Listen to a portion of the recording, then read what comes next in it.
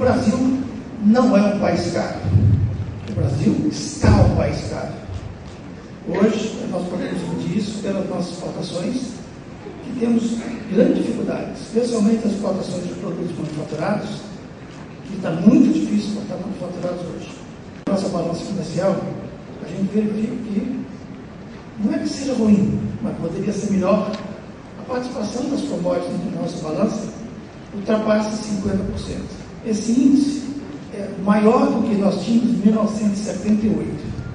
Em contrapartida, quando a gente verifica a participação dos produtos manufaturados na pós-exportação, que eles atingem em 2014 agora 34,5%, que no ano 2000 representava 59%, nós voltamos ao passado a verificar que também, em 1978, nós tínhamos uma participação que era 40,2%.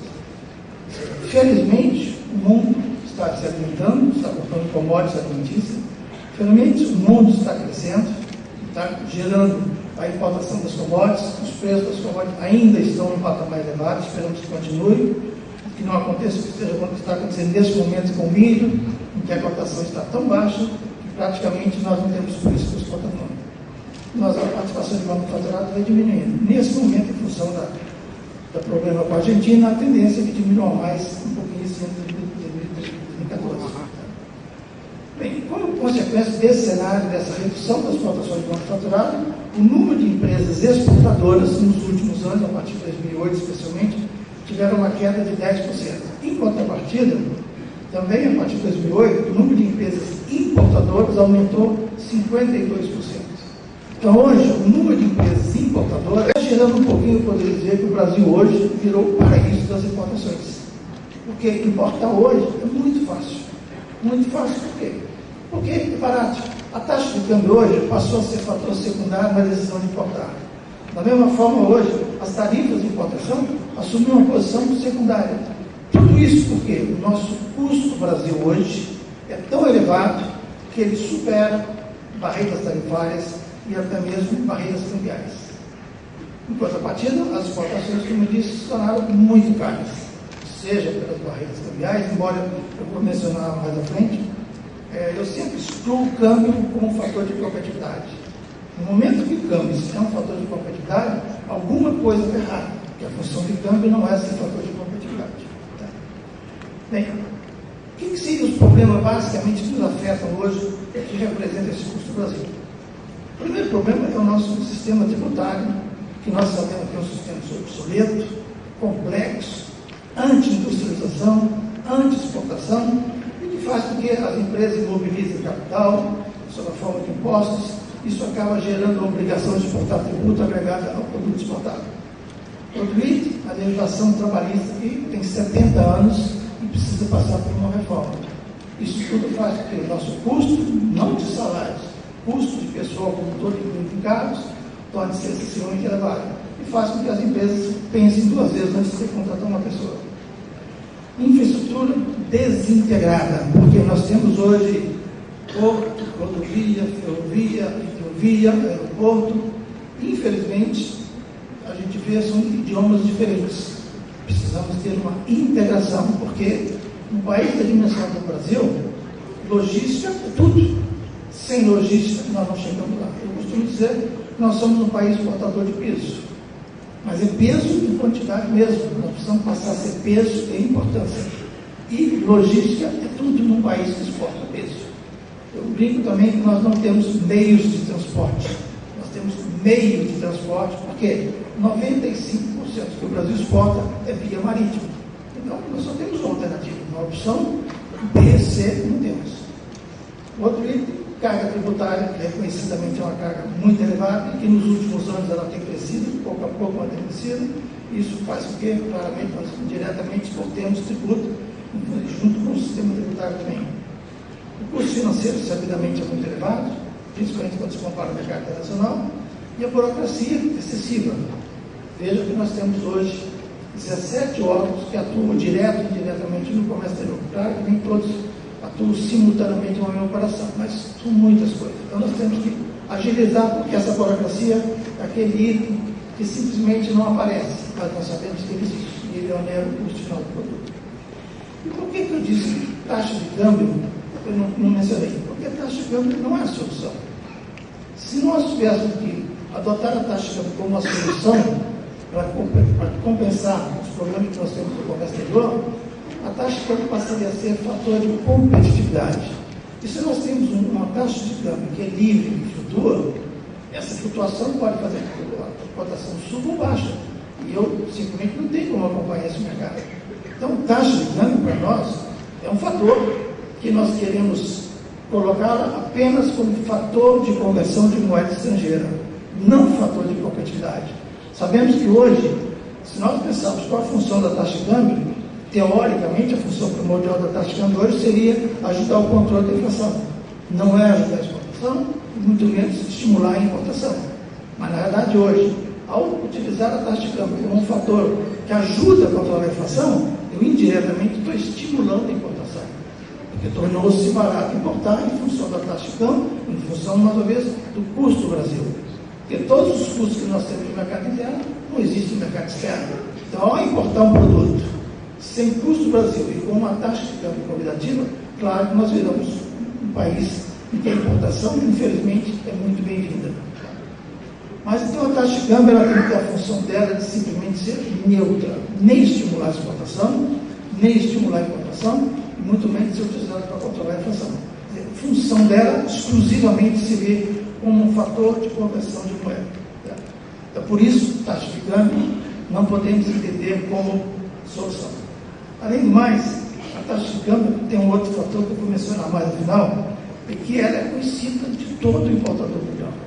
E nós temos que ter instrumentos que sejam conhecidos do exportador brasileiro apenas. Um quadro que eu quero deixar aqui para reflexão, eu quero fazer uma comparação entre Brasil e Coreia do Sul. E eu citei alguns itens para fazer essa comparação. Em termos de área, o Brasil tem 8.511.000 metros quadrados. A Coreia tem 100 mil, ou seja, nós somos 85 vezes maior do que a Coreia do Sul. A população do Brasil são 200 milhões, na Coreia são 50.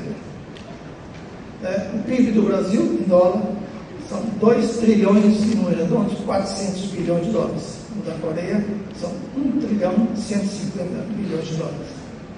O PIB industrial do Brasil representa, em número redondo, 630 bilhões de dólares. O PIB industrial da Coreia representa 460 bilhões de dólares. Só que o Brasil, com esse PIB, é o 7º maior PIB do mundo, a Coreia é o 15º maior PIB do mundo. Quando nós analisamos esses dados, voltando para a exportação,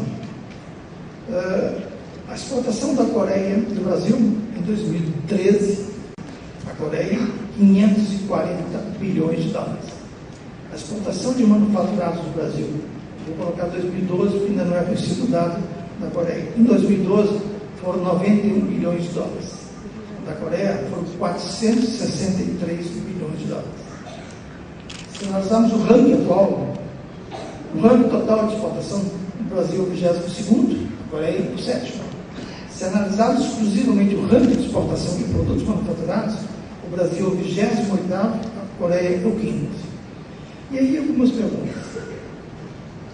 Se nós temos um parque fabril industrial, que é 1,5 da Coreia, mas a Coreia exporta 5 vezes mais do que o Brasil, será que nós somos tão incompetentes que não conseguimos exportar manufaturados? Mesmo quando nós analisamos o aspecto das commodities, que a Coreia, como eu falei, é 85 vezes menor do que o Brasil. A Coreia exporta de commodities, no redondo também, 80 bilhões. Nós exportamos 150 bilhões. O espaço pequeno da Coreia, ela consegue gerar em exportação de commodities 80 bilhões.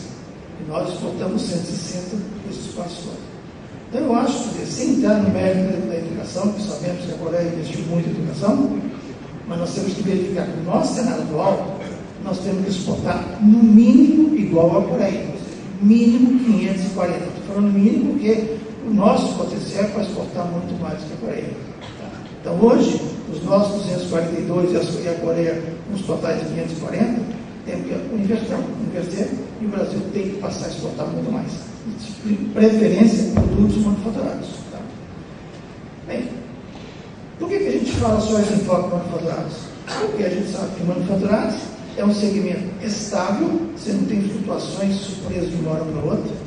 É um segmento que gera um valor agregado muito grande e que gera principalmente empregos. Então é importante no mercado de empregos, muitas vezes qualificados.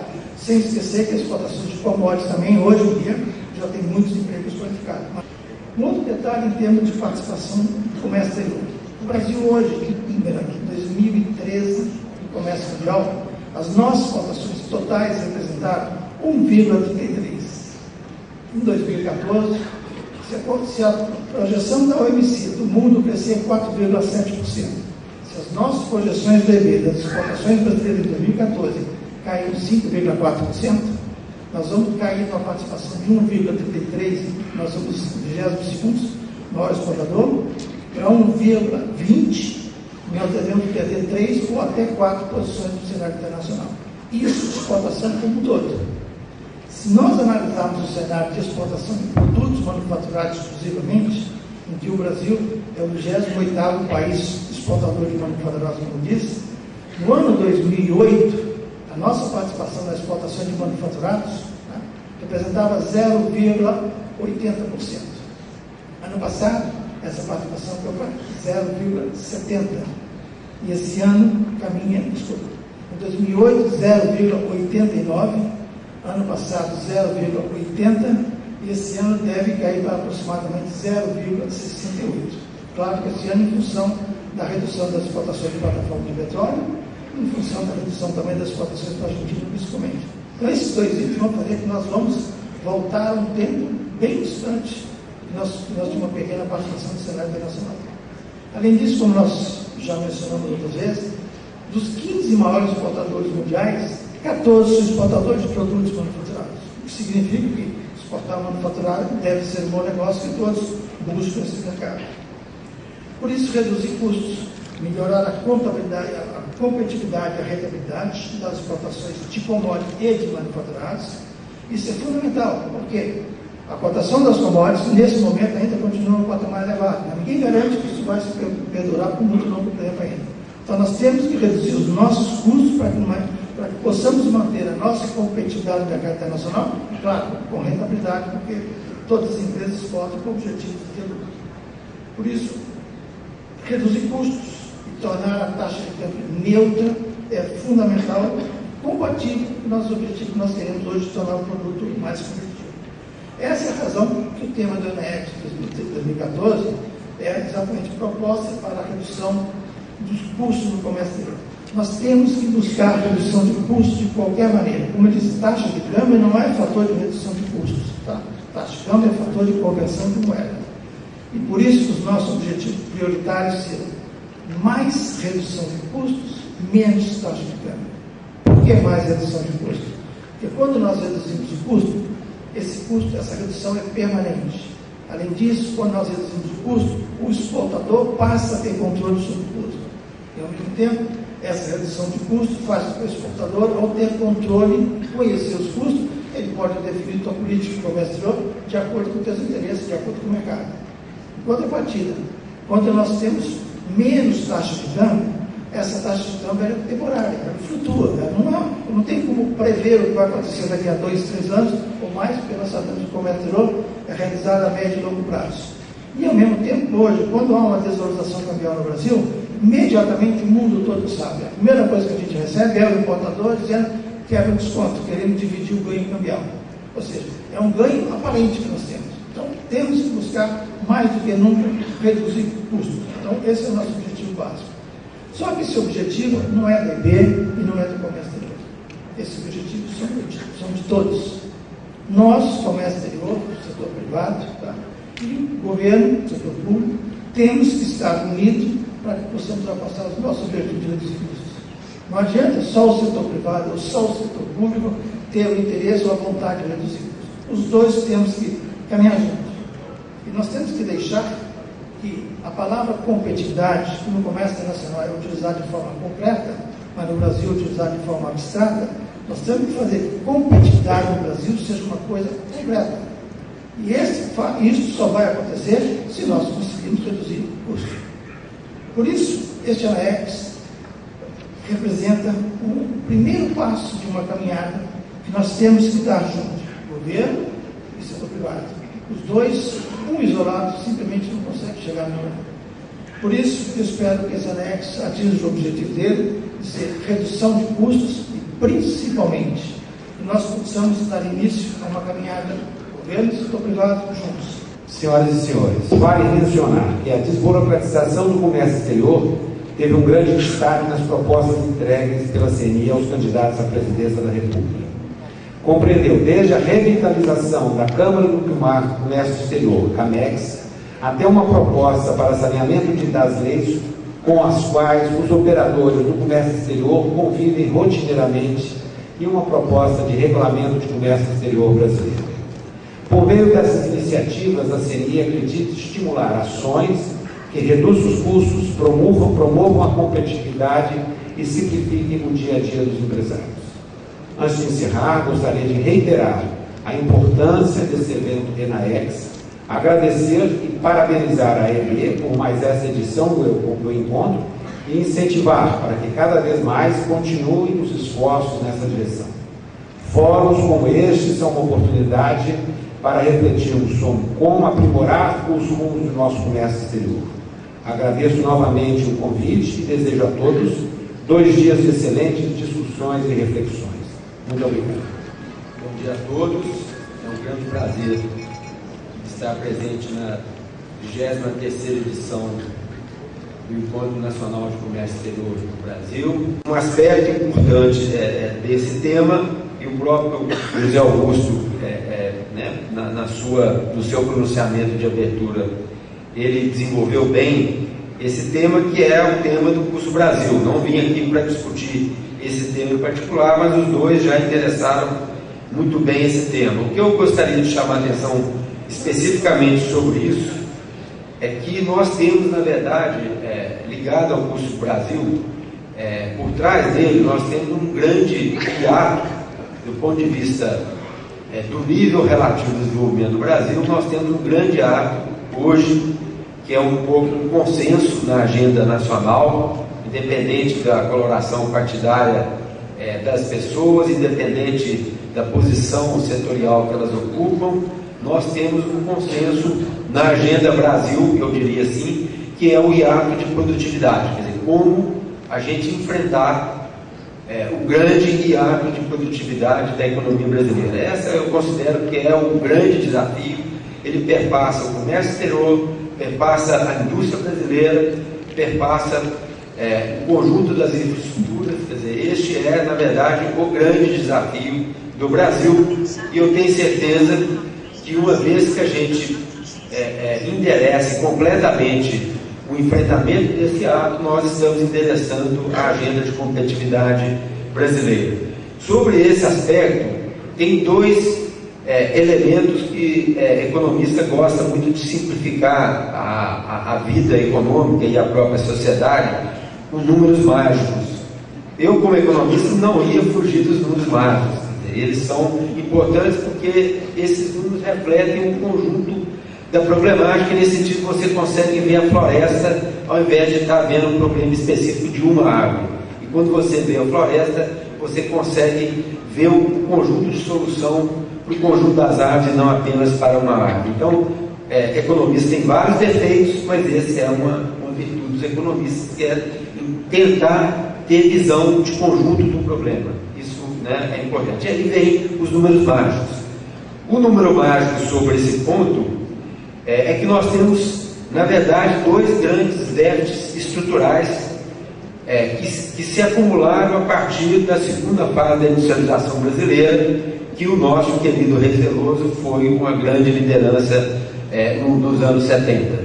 Nós temos um déficit no estoque de capital fixo, o capital fixo físico brasileiro. Nós temos um déficit. Se você olhar o estoque de capital per capita do Brasil em relação não só aos países envolvidos, mas aos principais países emergentes, particularmente aí dos BRICS, olhando especialmente para a China, o nosso estoque per capita de capital físico, fixo, ele é muito baixo. Então este é o primeiro problema. Nosso estoque de capital é relativamente baixo para o tamanho da economia brasileira. Eu não estou discutindo aqui em termos genéricos.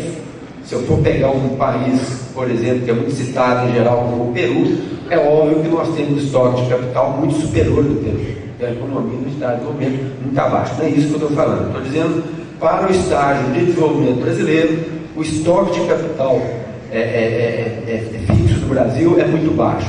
E o outro é o estoque de capital humano, também muito baixo. Quer dizer, o nível de escolaridade e a qualidade da cobertura de educação no Brasil, ela está muito aquém da dimensão da economia brasileira. Quer dizer, as duas coisas estão desproporcionalmente abaixo da dimensão da economia brasileira. Então eu acredito que esses dois estoques eles são, na verdade, o elemento central para a gente entender a baixa produtividade brasileira e entender por que nós temos apenas 20% da produtividade de trabalho dos Estados Unidos. Quer dizer, esse é um problema estrutural, não é um problema de um governo, é um problema do Estado brasileiro para enfrentar essa questão, independente de quem estiver governando o país. Quer dizer, esse é um problema que se acumulou a partir da crise dos anos 80, e hoje nós temos esses dois grandes déficits fundamentais que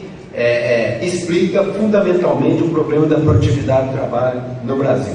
Então eu acredito que o endereçamento dessas questões foi bem já apresentado aqui, quer dizer, o próprio Zé Augusto e depois o Antônio Henriques, como que particularmente no caso do capital fixo, o governo federal vem interessando essa questão para valer junto, ao lado e integrado ao setor privado. Quer dizer, nós não temos condições de enfrentar o problema das infraestruturas, que está na base do baixo estoque de capital físico.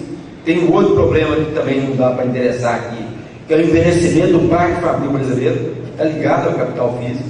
Nós temos uma idade média de capital de máquinas e equipamentos do parque fabril brasileiro de 17 anos.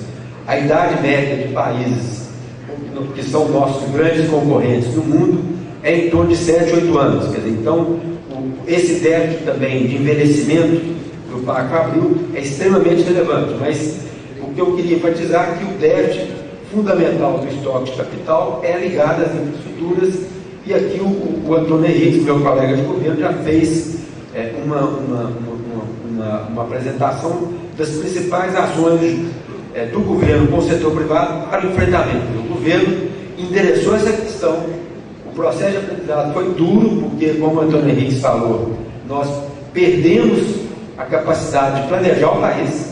Quer dizer, nós perdemos essa capacidade de fazer projetos de qualidade, projetos de macros e infraestruturas. A gente perdeu essa capacidade e, consequentemente, isso aí é um processo, essa curva de retomar a capacidade de fazer grandes investimentos em infraestrutura, nós estamos dando velocidade a isso, mas é um processo de maturação que eu acredito que ele vai ganhar sua plenitude nos próximos 3 anos. Quer dizer, não é um processo da noite para o dia, e a gente vai, de qualquer maneira, essa questão está bem interessada. O que eu gostaria de concentrar o resto da minha fala aqui hoje no encontro seria mais especificamente sobre a estratégia comercial brasileira. Quer dizer, dado que essas questões estão endereçadas, a questão de custos do âmbito específico do comércio exterior também está bem endereçada, toda a agenda do Portal Único do Comércio Exterior, que é o novo Siscomex, também está colocada. O Brasil, quando ele criou o Siscomex, em 1992, criou o modelo mais avançado de comércio exterior que tinha no mundo, está da arte hoje, está completamente defasado. Nesse sentido, o governo está debruçando duramente junto com o setor privado. A CNI é um grande parceiro disso ali. Essa estratégia comercial brasileira, ela, na verdade, ela tem um endereçamento que uma opção preferencial pelo multilateralismo, tem também um objetivo que é o fortalecimento da integração comercial com os 3 grandes parceiros comerciais do Brasil, nomeadamente a União Europeia, os Estados Unidos e a China, e finalmente o fortalecimento da integração produtiva da América Latina. Eu acredito que são 3 blocos, eles são complementares, mas têm dinâmicas próprias. Quer dizer, e se a gente endereça esses 3 elementos, é possível que a gente almeje o que o José Augusto falou no início, que é dar um novo salto no comércio exterior brasileiro. Não podemos esquecer que no início dos anos 2000, o Brasil tinha um comércio exterior, a corrente de comércio, exportação mais importação, em torno entre 150 a 160 bilhões de dólares. Hoje nós estamos aproximando dos 500 bilhões de dólares. Aí eu gostaria de dizer o seguinte: nós temos estágios diferentes nessa integração comercial com os 3 grandes players. Do ponto de vista da União Europeia, nós estamos prestes a fechar um acordo comercial.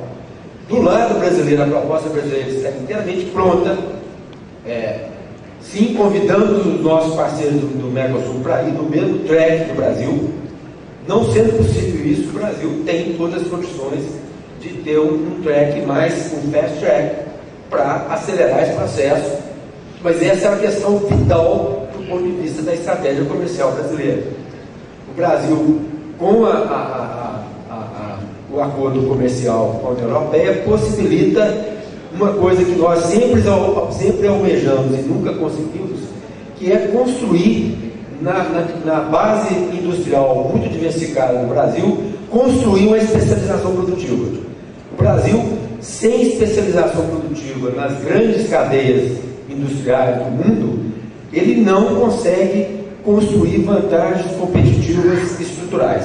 Ele só consegue essas vantagens se ele, num acordo da dimensão da União Europeia, ele construir uma divisão de trabalho nas grandes cadeias a partir desse acordo. Então isso é fundamental do ponto de vista de grande escala de especialização, o acordo com a União Europeia. Não tem nenhuma dúvida quanto a isso.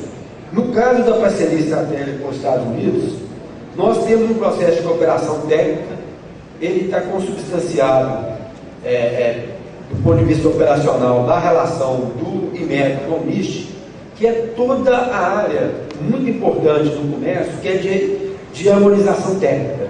Quer dizer, isso é fundamental. Quer dizer, a parte de harmonização técnica, de certificação de conformidade, isso hoje no mundo moderno é algo decisivo, e aonde o Brasil tem mais avanço no âmbito de harmonização é com os Estados Unidos. E isso é fundamental que a gente dê passos largos para avançar nessa agenda que já vem progredindo muito rapidamente, estratégica. E no caso da China, a parceria estratégica ela se concretizou com 2 instrumentos que foi muito subestimado pela grande imprensa brasileira, que é o novo Banco de Desenvolvimento e o acordo de contingente de reservas que foi assinado pelos presidentes na reunião de Cuba dos BRICS. Eu gostaria de dizer que, do ponto de vista das relações internacionais, esses 2 acordos que foram firmados, eles têm uma importância de um turning point desde Bretton Woods. Nós não criamos um mecanismo tão poderoso como foi criado agora, apesar da grande imprensa ter menosprezado isso aí. Só para vocês terem uma ideia, do ponto de vista do novo Banco de Desenvolvimento, o nível inicial de capitalização dele, de 50 bilhões de dólares, é acima da capitalização do Banco Mundial. Simplesmente isso. É um número. Não estou discutindo versões, estou discutindo números. Isso é irrefutável. Quer dizer, por que isso é importante? Isso é importante porque nós temos um desafio do ponto de vista dessa estratégia brasileira que chama-se a fronteira África. E a fronteira África, se nós criarmos um instrumento como esse novo Banco de Desenvolvimento, nós temos uma possibilidade de enfatizar que tem uma terceira tranche nesse desafio, que é o fortalecimento da integração produtiva da América Latina. Então, lembrar 2 aspectos muito importantes sobre isso. O Brasil tem uma proposta concreta de antecipação dos acordos de complementação econômica com todos os países da Aliança Pacífico da América do Sul, ou seja, tanto com Colômbia, quanto com Peru, quanto com Chile. Quer dizer, a gente tem um acordo de complementação econômica onde vamos atingir o livre comércio em 2019, o Brasil está propondo concretamente reduzir esse prazo para 2016, de tal forma que nós tenhamos um acordo de livre comércio que estende do Mercosul e incorpore também, fundamentalmente, Peru, Colômbia e Chile. Do lado brasileiro nós já temos um nível de desgravação muito grande, mas do lado desses países, com exceção do Chile, o nível de imposto de importação é relativamente alto, dado o tempo que esse acordo de complementação já tem. Então, essa é a proposta concreta brasileira no sentido de reforçar o processo de integração produtiva. O Brasil tem várias complementaridades e um elemento que eu queria chamar a atenção, que o salto qualitativo nesses acordos de complementação econômica em direção a uma área de livre comércio, ele está pegando o potencial da integração produtiva da América do Sul. Eu acredito que esses três eixos, quer dizer, reafirmar a posição brasileira estratégica pelo multilateralismo, essa é uma questão importante que eu gostaria de reforçar. As ações do ponto de vista da relação comercial com os três grandes parceiros comerciais, ela é fundamental. Sem ela as outras coisas também não operam. Quer dizer, não tem dúvida.